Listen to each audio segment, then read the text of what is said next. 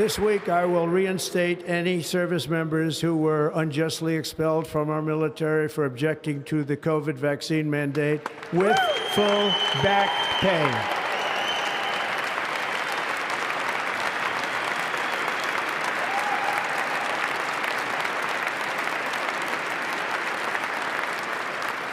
And I will sign an order to stop our warriors from being subjected to radical political theories and social experiments while on duty. It's going to end immediately.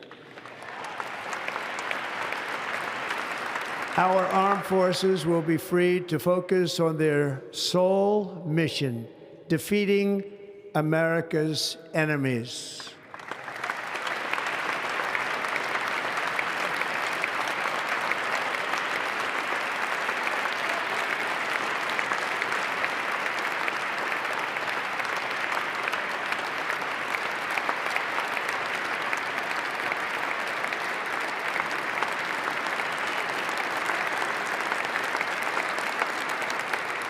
Like in 2017, we will again build the strongest military the world has ever seen.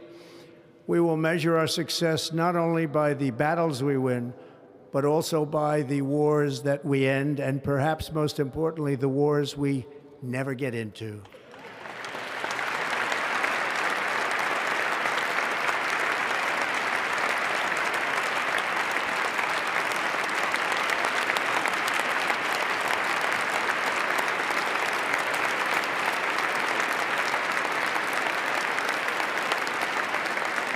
My proudest legacy will be that of a peacemaker and unifier. That's what I want to be, a peacemaker and a unifier. I'm pleased to say that as of yesterday, one day before I assumed office, the hostages in the Middle East are coming back home to their families.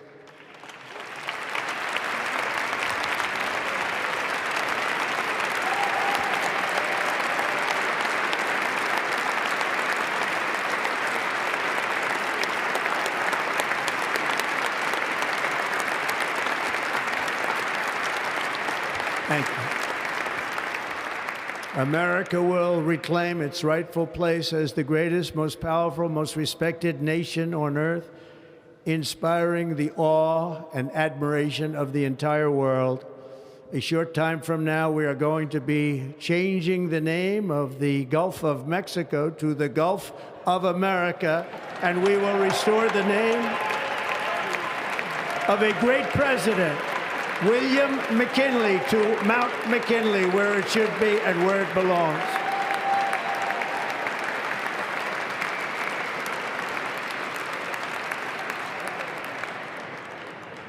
President McKinley made our country very rich through tariffs and through talent. He was a natural businessman and gave Teddy Roosevelt the money for many of the great things he did, including the Panama Canal, which has foolishly been given to the country of Panama after the United States. The United States, I mean, think of this, spent more money than ever spent on a project before and lost 38,000 lives in the building of the Panama Canal. We have been treated very badly from this foolish gift that should have never been made, and Panama's promise to us has been broken. The purpose of our deal and the spirit of our treaty has been totally violated. American ships are being severely overcharged and not treated fairly in any way, shape, or form, and that includes the United States Navy. And above all, China is operating the Panama Canal, and we didn't give it to China, we gave it to Panama, and we're taking it back.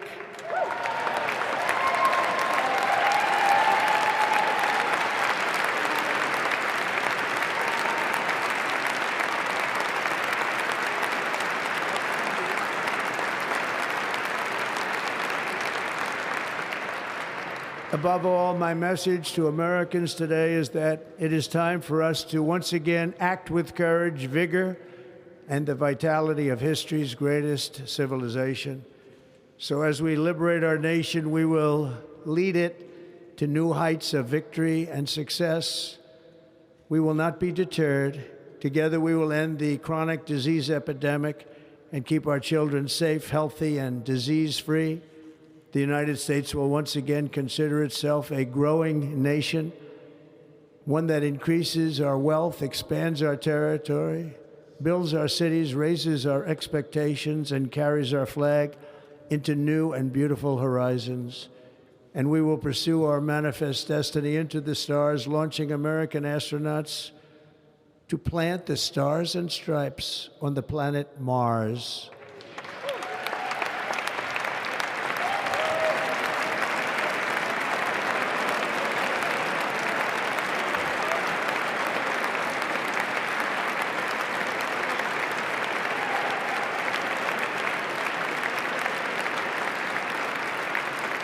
Ambition is the lifeblood of a great nation, and right now our nation is more ambitious than any other. There's no nation like our nation. Americans are explorers, builders, innovators, entrepreneurs, and pioneers. The spirit of the frontier is written into our hearts. The call of the next great adventure resounds from within our souls. Our American ancestors turned a small group of colonies on the edge of a vast continent into a mighty republic of the most extraordinary citizens on earth. No one comes close. Americans pushed thousands of miles through a rugged land of untamed wilderness. They crossed deserts, scaled mountains, braved untold dangers, won the Wild West, ended slavery, rescued millions from tyranny, lifted billions from poverty, harnessed electricity, split the atom, launched mankind into the heavens, and put the universe of human knowledge into the palm of the human hand. If we work together, there is nothing we cannot do and no dream we cannot achieve. Many people thought it was impossible for me to stage such a historic political comeback.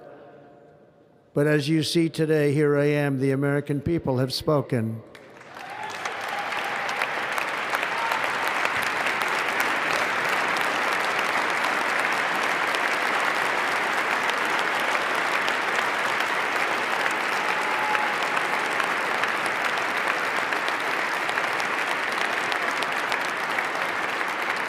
I stand before you now as proof that you should never believe that something is impossible to do.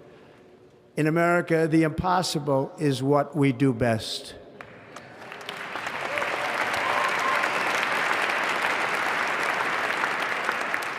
From New York to Los Angeles, from Philadelphia to Phoenix, from Chicago to Miami, from Houston to right here in Washington, D.C., our country was forged and built by the generations of patriots who gave everything they had for our rights and for our freedom. They were farmers and soldiers, cowboys and factory workers, steel workers and coal miners, police officers and pioneers who pushed onward, marched forward, and let no obstacle defeat their spirit or their pride.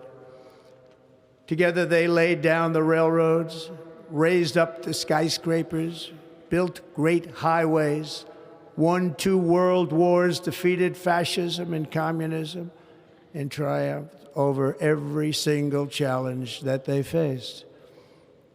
After all we have been through together, we stand on the verge of the 4 greatest years in American history.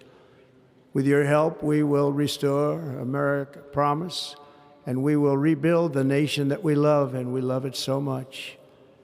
We are one people, one family, and one glorious nation under God.